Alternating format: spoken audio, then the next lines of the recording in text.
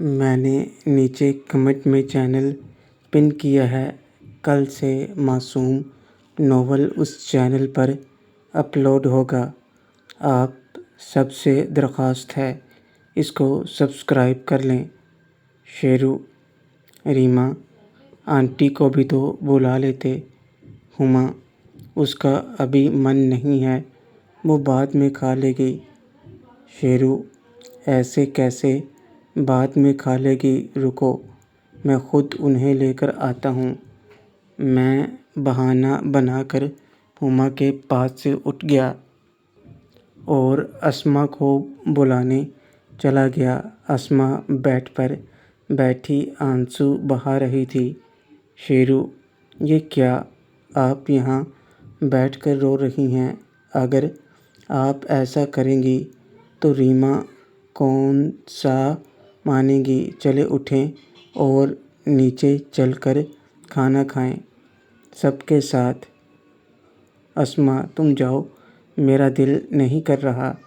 شیرو: میں پوچھنے نہیں آیا ہوں، چلیے میرے ساتھ نیچے چل کر کھانا کھائیں، ورنہ میں آپ سے بات نہیں کروں گا۔ کیا آپ چاہتی ہیں کہ میں بنا کھائے یہاں سے چلے جاؤں؟ اسما: میں نہیں۔ شیرو: کیا میری تھوڑی سی بھی عزت نہیں آپ کے دل میں؟ میں نے اتنا کہا تو اسما اٹھ کر میرے گلے لگ گئی۔ میں نے بھی اسے باہوں میں بھر لیا اور اسے حوصلہ دینے لگا۔ پھر اسما مجھ سے الگ ہوئی اور آنسو صاف کرتے ہوئے میرے ساتھ نیچے چل پڑی۔ اسما نیچے آ کر ڈائننگ ٹیبل پر سب کے ساتھ بیٹھ گئی۔ میں اس کے ساتھ ہی بیٹھا تھا۔ میں نے خود اس کی پلیٹ میں کھانا لگایا اور اسے کھانے کو کہا۔ اسما کھانا کھانے لگی۔ یہ دیکھ کر ریما پیار بھری نظروں سے مجھے دیکھنے لگی، جیسے اسے مجھ پر فخر سا محسوس ہو رہا ہو۔ ہما کی نظریں مجھ پر تھیں۔ پھر ہم نے ساتھ میں کھانا کھایا اور کھانے کے بعد میں نے روزینہ کو کہا کہ مجھے ڈراپ کر دے گھر۔ ہما: میں ڈراپ کر دوں گی تمہیں، ویسے بھی مجھے اس طرف جانا ہے۔ روزینہ: اٹس اوکے موم، میں ڈراپ کر دوں گی اور ریما بھی ہمارے ساتھ چلے گی، اسی بہانے تھوڑا من بہل جائے گا۔ ہما پھر سے جل بھن گئی، مگر اب اپنی بیٹی کو کیا کہتی۔ میں اسما سے ایک بار پھر ملا اور روزینہ ریما کے ساتھ باہر آ گیا۔ روزینہ خود ڈرائیو کر رہی تھی اور میں پیچھے ریما کے ساتھ بیٹھا تھا۔ Reema: thank you very much, تم نے امبی کو سنبھال لیا، ورنہ وہ کھانا نہیں کھاتیں اور روتی رہتیں۔ وہ تمہاری ماں ہے تو میری کچھ نہیں۔ اور اب تم بھی اپنا موڈ ٹھیک رکھنا، ایگزامز چل رہے ہیں، اس لیے پڑھائی پر دھیان دینا، یہ نہ ہو کہ مارکس کم آئیں۔ میں نہیں چاہتا کہ میری گرل فرینڈ پیچھے رہ جائے۔ ریما کے چہرے پر مسکراہٹ آ گئی اور اس نے چہرہ اوپر اٹھا کر میرے گلے میں باہیں ڈال لیں اور میرے سر کو مضبوطی سے پکڑ کر میری گود میں آ گئی اور باتیں کرنے لگی۔ ہم دونوں اپنی دھن میں لگے تھے، جبکہ روزینہ ڈرائیو کرتے ہوئے آئینے سے ہمیں دیکھ رہی تھی۔ روزینہ: اخوں اخوں بھائی، میں بھی یہیں ہوں، اور تم دونوں لیلا مجنوں یہیں شروع ہو گئے، کچھ تو شرم کرو۔ روزینہ کی بات سن کر ریما مجھ سے الگ ہوئی اور میری گود سے نیچے اتر کر سائیڈ میں بیٹھ کر شرمانے لگی۔ روزینہ: دیکھ ریما، میرے سامنے یہ سب مت کیا کرو ورنہ۔ ریما: جانتی ہوں آپ کیا کہہ رہی ہیں، میری طرف سے پرمیشن ہے۔ شیرو: کس بات کی پرمیشن؟ ریما شرماتے ہوئے: کچھ نہیں۔ مجھے سمجھ نہیں آئی کہ دونوں کیا باتیں کر رہی ہیں۔ تھوڑی دیر میں ہم خالہ کے گھر کے قریب پہنچ گئے۔ روزینہ نے گاڑی روکی تو میں نیچے اترا۔ ریما بھی ساتھ میں باہر آ گئی۔ اترتے ہی ریما دوبارہ سے میرے گلے لگ گئی۔ ہم سڑک پر تھے اور یہاں کوئی بھی ہمیں دیکھ سکتا تھا، پر شکر ہے کہ رات ہو چکی تھی اور آس پاس کوئی بھی نہیں تھا۔ روزینہ: تم پھر سے شروع ہو گئے۔ ریما: آپ بھی مل لیں، میں گاڑی میں بیٹھی ہوں۔ آئی لو یو ویری مچ مائی لو۔ ریما گاڑی میں بیٹھ گئی۔ تب روزینہ میرے قریب آئی اور میرے کچھ بولنے سے پہلے ہی اس نے میرے گال پر کس کر دیا، میرے گلے میں باہیں ڈال کر۔ میں تو حیران ہو رہا تھا۔ روزینہ ریما کے ہوتے ہوئے ایسے کر رہی تھی۔ روزینہ: اتنا حق بنتا ہے نا بڑی سالی کا۔ اب سمجھ آیا کس بات کی پرمیشن۔ شیرو: تو اس کا مطلب تم دونوں؟ روزینہ مسکراتے ہوئے: ہاں۔ شیرو: توبہ، کیسی گرل فرینڈ ملی ہے۔ روزینہ: ایک کے ساتھ ایک فری۔ اچھا، اب ہم چلتے ہیں، ٹیک کیئر۔ روزینہ پھر سے اپنی سیٹ پر بیٹھ گئی۔ ریما مجھے دیکھ کر مسکرا رہی تھی۔ میرے چہرے پر خود بخود مسکراہٹ آ گئی۔ دونوں ہاتھ ہلاتے ہوئے واپس چلی گئیں اور میں گھر آ گیا۔ میں نے گھر کا دروازہ کھٹکھٹایا تو ناصرہ باجی نے دروازہ کھولا۔ ناصرہ: اتنی دیر کیسی ہو گئی؟ تم نے کہا تھا کہ ڈنر تک آ جاؤ گے۔ شیرو: باجی میں تو منع کر رہا تھا، مگر روزینہ نے زبردستی کھانا کھلا دیا۔ کہہ رہی تھی پہلی بار آئے ہو تو کھانا کھائے بغیر نہیں جانے دوں گی۔ ناصرہ: اور میں یہاں تمہارا کھانے پر انتظار کر رہی تھی۔ شیرو: تو کیا آپ نے کھانا نہیں کھایا؟ ناصرہ: کیسے کھا لیتی، سوچا تھا تمہارے ساتھ ہی کھانا کھاؤں گی، مگر تم تو۔ شیرو: سوری باجی، وہ روزینہ نے مجبور کر دیا تھا، چلیے آپ پہلے کھانا کھائیں۔ ناصرہ: مجھے نہیں کھانا۔ شیرو: ایسے کیسے نہیں کھانا؟ میں کچن میں گیا اور ناصرہ باجی کے لیے کھانا ایک پلیٹ میں ڈال کر لے آیا۔ باجی منع کرنے لگیں، لیکن میں نے اپنے ہاتھوں سے کھلایا تو کھانے لگیں۔ پھر ایسے ہی میں نے انہیں کھانا کھلا دیا۔ شیرو: شاباش باجی، خالہ غصہ تو نہیں ہے نا؟ ناصرہ: نہیں، میں نے انہیں بتا دیا تھا کہ تم دیر سے آؤ گے۔ ابھی کچھ دیر پہلے وہ سونے گئی ہیں۔ نہیدہ بھی تمہارا انتظار کر رہی تھی۔ شیرو: میں صبح مل لوں گا ان سے۔ اچھا باجی، میں سونے جا رہا ہوں۔ ناصرہ: جا کہاں رہے ہو؟ میں بھی آ رہی ہوں، تمہارے ساتھ ہی سونا ہے مجھے، تم چلو، میں دودھ لے کر آتی ہوں۔ میں اپنے روم میں چلا گیا۔ ابھی میں کپڑے اتار رہا تھا کہ دروازہ کسی نے کھولا۔ میں نے پیچھے مڑ کر دیکھا تو زبیر بھائی کھڑے تھے۔ زبیر کس کے ساتھ کھڑا تھا باہر؟ شیرو: وہ بھائی روزینہ تھی، مجھے ڈراپ کرنے آئی تھی۔ مجھے اندر سے ڈر لگ رہا تھا، کہیں بھائی نے کچھ دیکھ تو نہیں لیا۔ زبیر: اور تو نے اسے باہر سے جانے دیا؟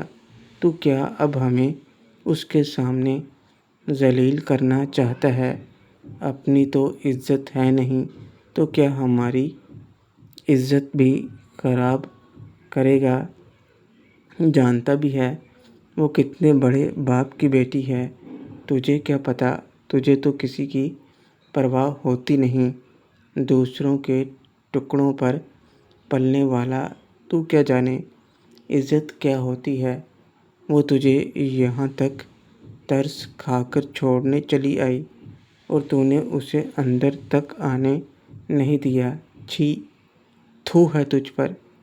مجھے زبیر بھائی کی باتوں پر غصہ آ گیا اور میں غصے میں بول پڑا، شیرو بھائی آپ یہ غلط کر رہے ہیں۔ وہ میری دوست ہے اور میں اچھی طرح جانتا ہوں میں کیا کر رہا ہوں۔ زبیر مجھ سے زبان لڑاتا ہے، اپنے گھر والوں کی وجہ سے برداشت کر رہا ہوں تجھے، ورنہ میں تبھی نیچے سے باجی کے اوپر آنے کی آواز آئی تو زبیر بھائی مجھے غصے سے دیکھتے ہوئے نکل گئے۔ ناصرہ باجی ہاتھ میں دودھ کا گلاس لیے روم میں آ گئیں۔ میں ایک دم غصے میں آ گیا تھا، مگر باجی کو دیکھ کر خود کو نارمل کرنے لگا اور ان کی طرف پیٹ کر لی۔ ناصرہ کیا ہوا؟ ابھی تو اچھے بھلے تھے، اب اچانک سے غصہ کیسے آ گیا تمہارے چہرے پر؟ شیرو نہیں تو مجھے تو کوئی غصہ نہیں ہے۔ ناصرہ ادھر دیکھو میری طرف۔ شیرو کیا باجی؟ میں کپڑے بدل رہا تھا اور آپ اوپر سے آ گئیں، ذرا باہر جائیں، مجھے کپڑے چینج کرنے ہیں۔ ناصرہ تو کر لینا، میں نے کب روکا ہے تمہیں؟ شیرو آپ کے سامنے کیسے کر سکتا ہوں؟ ناصرہ تو کیا ہوا؟ اچھا لو میں ادھر گھوم جاتی ہوں۔ باجی نے میری طرف پیٹ کر لی اور میں نے کپڑے بدل لیے۔ شیرو لاؤ یہ دودھ دے دیجیے۔ ناصرہ گلاس پکڑاتے ہوئے، اب بتاؤ کیا ہوا جو تو اچانک سے غصے میں آ گیا؟ شیرو میں کب غصے میں ہوں؟ آپ کو ایسے ہی لگا ہوگا۔ ناصرہ کھا میری قسم۔ شیرو اس میں قسم دینے والی بات کہاں سے آ گئی؟ اچھا تو سنو، وہ روزینہ باہر سے چلی گئی نا، میں اسے اندر آنے کو کہہ رہا تھا مگر وہ آئی نہیں۔ یہ بات جب خالہ کو پتہ چلے گی تو وہ ناراض ہوں گی نا، اسی بات پر خود پر غصہ ہو رہا تھا۔ ناصرہ یہ کوئی بات ہے؟ بھلا امی کیوں غصہ ہوں گی؟ ویسے بھی رات بہت ہو چکی ہے، اس لیے نہیں آئی ہوگی۔ وہ تیری دوست ہے اور تجھے مانتی ہے تو تو کیوں کسی کی پرواہ کرنے لگا؟ اچھا چھوڑو وہ سب، یہ بتا آج کا پیپر کیسا ہوا؟ شیرو بہت اچھا، سارے سوال آتے تھے مجھے۔ تھینکس باجی، آپ نے جو گائیڈ کیا تھا وہ کام آ گیا۔ ناصرہ ماروں گی اگر مجھے کسی بات کے لیے تھینکس کہا تو، ویسے بھی تم بہت تیز ہو، میرے باس ہو اور میں تمہاری ملازم ہوں۔ شیرو باجی اب پھر شروع ہو گئیں، میں آپ سے بات نہیں کروں گا اگر آپ ایسا کہیں گی تو۔ ناصرہ اچھا چل اب سو جا، کل جلدی اٹھ کر اگلے پیپر کی تیاری کرنی ہے۔ پھر ہم دونوں ساتھ میں سو گئے۔ باجی روز کی طرح میرے بازو پر سر رکھ کر سو گئیں۔ صبح میری آنکھ کھلی، میرے فون پر مسلسل بیل بج رہی تھی۔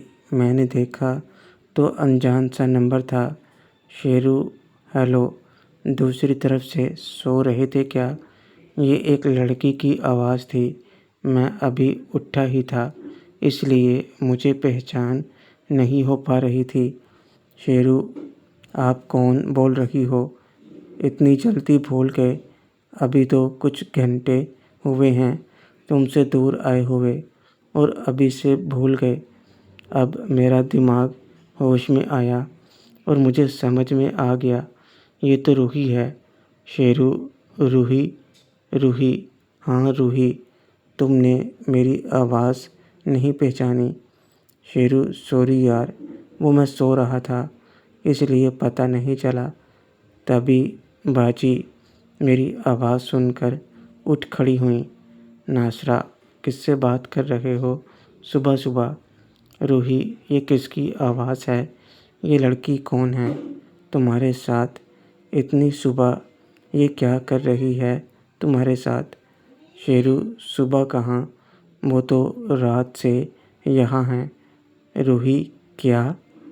روحی من ہی من میں: ہائے ہائے، نہیں ایسا نہیں ہو سکتا، پلیز پلیز پلیز، ایسا نہیں ہونا چاہیے جو میں سوچ رہی ہوں۔ شیرو: ارے کیا ہوا، اب چپ کیوں ہو گئی؟ لو آپ بات کر لو۔